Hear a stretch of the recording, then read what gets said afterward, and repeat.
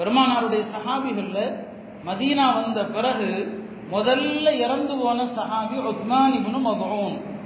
உஸ்மான் இப்னு மத்ஊன் பெருமானாருடைய உறவினர். அவங்க தான் ஹிஜ்ரத் செய்து வந்த பிறகு மதீனால முதல்ல இறந்த சஹாபி. அவர் தான் மதீனாவில் ஜன்னத்துல் பகீல அடக்கப்பட்ட முதல் முஹாஜிர். பெருமானார் ஸல்லல்லாஹு அலைஹி வஸல்லம் அவங்க 5 பேரை தான் அடக்கம் செய்வதற்காக கபர்ல இறங்கி இருக்கிறாங்க. 5 பேருடைய கபர்ல தான் நபி அவங்க இறங்கி இருக்கிறாங்க. அதுல ஒரு சஹாபியார்னா இவர் உஸ்மான் இப்னு மத்ஊன். அவர் இறந்த போது பெருமானார் ஸல்லல்லாஹு அலைஹி வஸல்லம் அவர்கள் அவருடைய நெற்றியில முத்தமிட்டான். யார்? உஸ்மான் இப்னு மத்ஊன். அவ்வளவு பாசம் அவர் மேல. அவருடைய ஜனாசாவில் பெருமானார் நெற்றியில முத்தமிட்டான். எல்லா உலமாக்களும் இந்த ஹதீஸை பதிவு செய்வாங்க. அவர் அடக்கம் செய்வதற்காக கபர்ல இறங்கினாங்க. அந்த உஸ்மான் இப்னு மத்ஊனை பத்தி வரக்கூடிய சம்பவம் இது. அவருடைய தாயார் சொன்னாங்க, தன் மகன் மீது கொண்ட அதீத நம்பிக்கையிலே, மகனே நான் சாட்சி சொல்கிறேன், அல்லாஹ் உம்மை கண்ணியப்படுத்தி உம்மை அங்கீகரித்து விட்டான் என்று நான் சாட்சி சொல்கிறேன்னு சொன்னான். இப்போ பக்கத்தில் இருந்த பெருமானார் ஸல்லல்லாஹு அலைஹி வஸல்லம் சொன்னாங்க, அருமை தாய் அவர்களே, அல்லாஹ் அவரை ஏற்றுக்கொண்டான் என்று இவ்வளவு உறுதியாக எப்படி நீங்கள் சொல்கிறீர்கள்?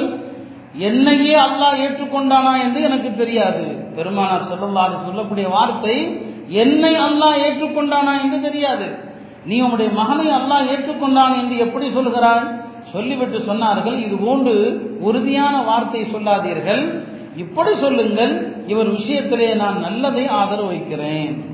இவர் விஷயத்துல நல்லதை ஆதரவு, யாரையுமே நாம அப்படி சொல்ல முடியாது. இவர் சொர்க்கவாதின்னு அடித்து சொல்ல முடியாது. இவருக்கு சொர்க்கம் ஆதரவு வைக்கிறேன் இதான் சொல்லணும். ஒரு குழந்தையினுடைய ஜனாசா செல்கிறது. ஹஜ்ரத் ஆயிஷா ரலியல்லாஹு அன்ஹா சொன்னாங்க, உஸ்ஃபூர் மின் அஸாஃபீரில் ஜன்னah, சொர்க்கத்து சிட்டுக்குருவி போகுதுன்னு சொன்னாங்க. சொர்க்கத்து சிட்டுக்குருவி போகுது. ஏன்னா எந்த பாவமும் செய்யல, எந்த குற்றமும் செய்யல, அப்ப சொர்க்கத்துக்கு தானே போகுது. பெருமானார் கேட்டாங்க, ஆயிஷாவே அது சொர்க்கத்துக்கு போகுதுன்னு உனக்கு தெரியுமான்னு கேட்டாங்க. என்ன அர்த்தம்? யாரும் அல்லாஹ்விடத்தில் என்ன நிலையில் இருக்கிறார்கள் என்பது யாருக்கும் தெரியாது.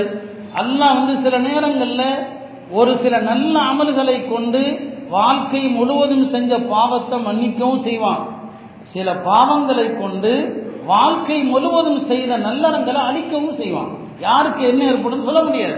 ஒரு விபச்சாரி வாழ்நாள் முழுவதும் தவறு செய்த பெண் ஒரு நாய்க்கு தண்ணீர் புகட்டிய காரணத்தினால அல்லாஹ் அந்த அமலை ஏத்துக்கிட்டான், அந்த பெண்ணுக்கு மன்னிப்பு.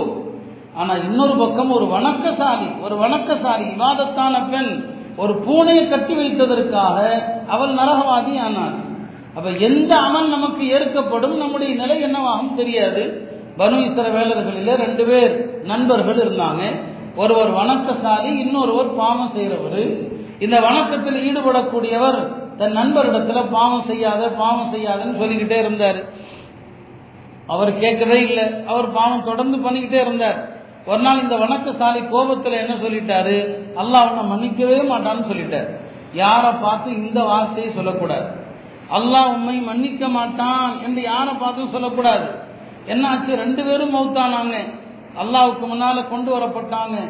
அல்லாஹ் அந்த பாவியை பார்த்து சொன்னா, என் கருணையால் உன்னை மன்னித்து விட்டேன், நீ சொர்க்கத்துக்கு போன்னு சொல்லிட்டான். அந்த வணக்கசாலியை பார்த்து சொன்னா, அவரை மன்னிக்க மாட்டேன்னு சொல்வதற்கு நீ யாருன்னு அல்லாஹ் கேட்டான்.